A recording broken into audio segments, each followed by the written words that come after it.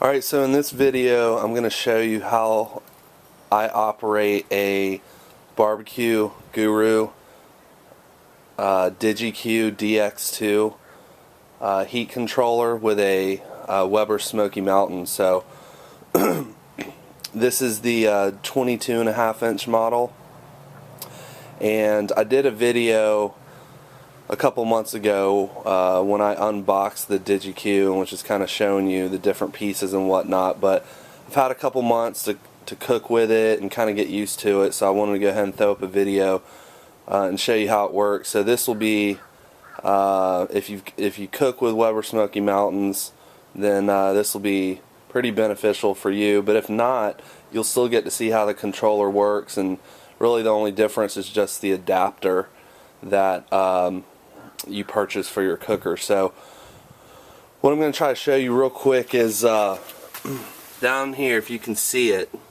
So there is your one of your bottom vents, and you'll notice that they're all closed up. And if I show you from the outside, so there is the adapter that's been mounted to one of the 4 holes on that vent, and then the other holes are taped down with heat resistant tape. And so it's covered with ash and charcoal, but you can see it down there where it's mounted, and then it's pointed down, so when the fan's blowing, it's blowing the air down, and then the air comes up onto your coal bed to stoke the fire. So after you mount that, you'll notice that your other vents are closed. So there's the other one, and then there's the other one.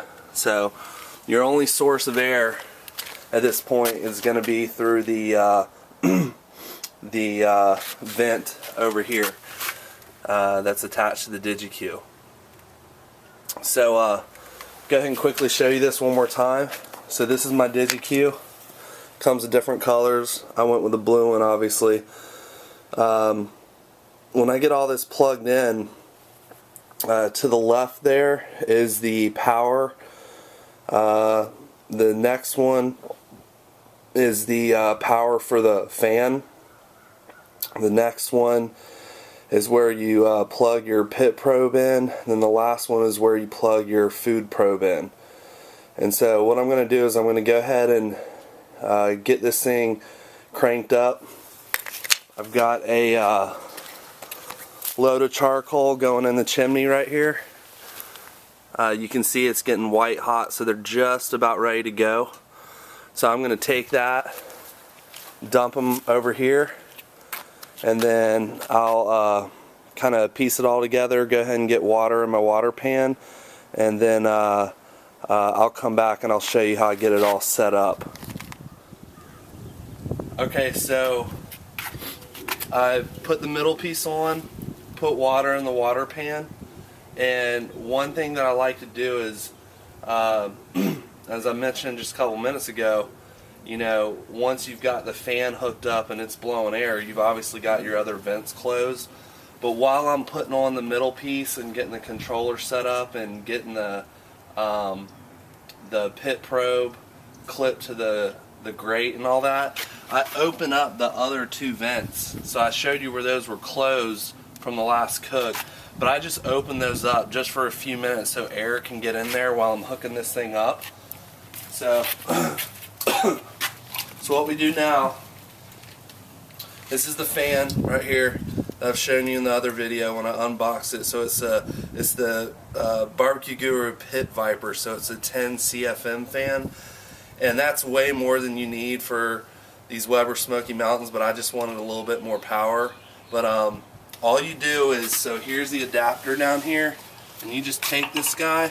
Oh, let me show you one other thing real quick too. If you look into the this adapter piece right here, notice how it's closed. This is the damper for it. So you go ahead and just push that way. So you see how it open, close, open. I've read online where guys mess around with this and will like do it halfway, various settings to try to control the temperature. I really don't worry about all that. I just let it run wide open, and it seems to do fine for me. So go ahead and open it all the way, and this thing literally just that easy. It just popped right on. I mean, you've only got about that much that you got to push that thing on. So it's completely sealed, completely airtight. Again, the only source of air is going to be going through that one hole. So what we're going to do now is up here, this is the power for the fan. So again, it's the second one there, so I just plug that guy in. Here is the power for the controller. I'm going to plug that guy in. And we'll put the food probe on later, once I actually get the meat on. Here's the pit probe. I'm going to plug that guy in.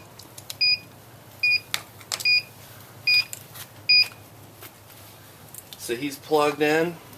I'm going to take this guy, and you basically want to clip this right on the grate. I like to do it right around in the center. I'm going to have this Smoky Mountain just stacked up with meat today, so I'm going to have 2 large briskets and then 3 large racks of loin backs or baby backs. So you know, you could try to feed it down onto the second rack somewhere, but most guys just clip it right here in the middle. So we just clip it like that. I'm going to go ahead and put the lid on. Close my other 2 vents now. Okay, so I'm going to close those so it's completely locked down. The top vent on the dome is open, obviously. But if you come over here now and look at the controller, when I click the pit button, what I'm going to do is, when you start clicking up and down after you hit pit, what it's doing right now is it's telling me what the temperature is at. But it's right after you click pit, then you can just go ahead and start hitting up or down, and that's where you're setting the temperature that you want your pit to be at. And I'm just going to do about 230. A lot of guys will, you know, do 250, 275. Some guys do 200. It's debatable depending on weather conditions, how much time you have, all that good stuff. I normally do about 225, 230.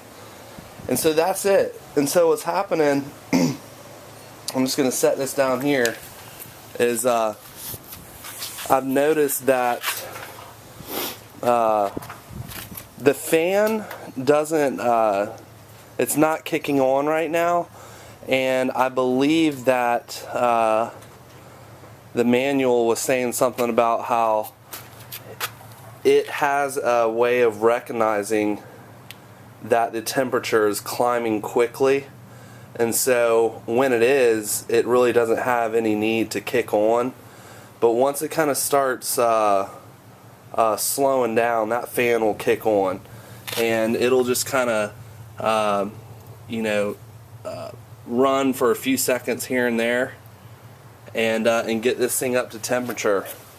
One last thing to point out real quick is, depending on oh, sorry about the glare there, but depending on what your cooker is, your dome thermometer is most likely going to be different than what the DigiQ is telling you, and it's just because, you know, your dome thermometer is way up high, and you've got the DigiQ pit probe down at the grate level, and so depending on outside weather conditions, they can be, you know, 5 to 10 degrees different, or they can be, I've seen it where it's like 40 or 50 degrees different, and that threw me off right at first, but after doing some research I saw where that's completely normal. And so these DigiQs are spec'd out to be plus or minus like 2 degrees, I believe, and it just works really well. I mean, this whole kit was like $280,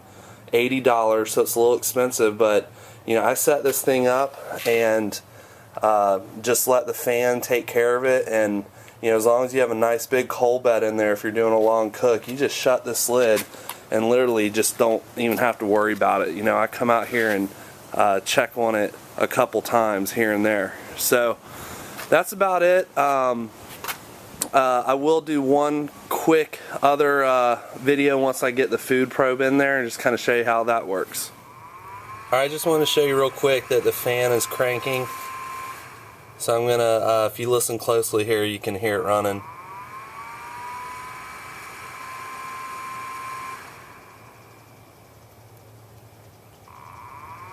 So like I was saying, as you can see, it kind of doesn't just sit there and crank constantly. It's running about every 3 seconds, and it just kind of blasts a bit of air in there, cuts off for a second, and then cranks back up. So come back up here to the controller and see we're at 213 already, and this is just about 3-4 minutes since that last clip in this video. So you can see how quickly it'll get your cooker up to temp, and it's going to sit there and just keep cutting on and off like that until it gets to 230, and then it'll shut off. And so you can see how efficient you can be with your charcoal. I found that you don't use near as much charcoal when you've got one of these controllers controlling your cooking environment.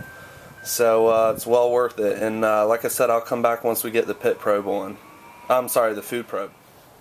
Alright, so just threw these two briskets on here, and I've got so I'm going to show you how I get the food probe in here. I've got this other wireless food probe that I'm going to have in the other one, just so I can be monitoring the temperature of both of them. So I've just taken the lid off. I moved the pit probe out of the way. But I'm going to go ahead and clamp it like right here. So you don't ever want it touching the meat, but you still want it close to what your as close to the meat as possible, so you can get a pretty accurate reading on your temperature. So I'm going to go ahead and hook the food probe up and pull this guy out. Walk over here and just get him nice set up in there just like that, so it's going all the way down through the middle. I try to get it as far in as possible. Over here on the DigiQ, when I click food, it's just showing you the temperature of the food, so you don't have to set anything. You can set it to where an alarm will go off once it hits a certain temp. I don't use that because I'm inside and things like that, so I just come out occasionally and just hit food and see where we're at on the temp. So that's going to start climbing up. If I go back to pit, again, I've got the lid off right now, but it's showing me what the pit temperature is. So that's about it. I'll close the lid up, and I won't come check on this thing for a few hours. I mean, it's just, this controller's just going to sit here and take care of everything.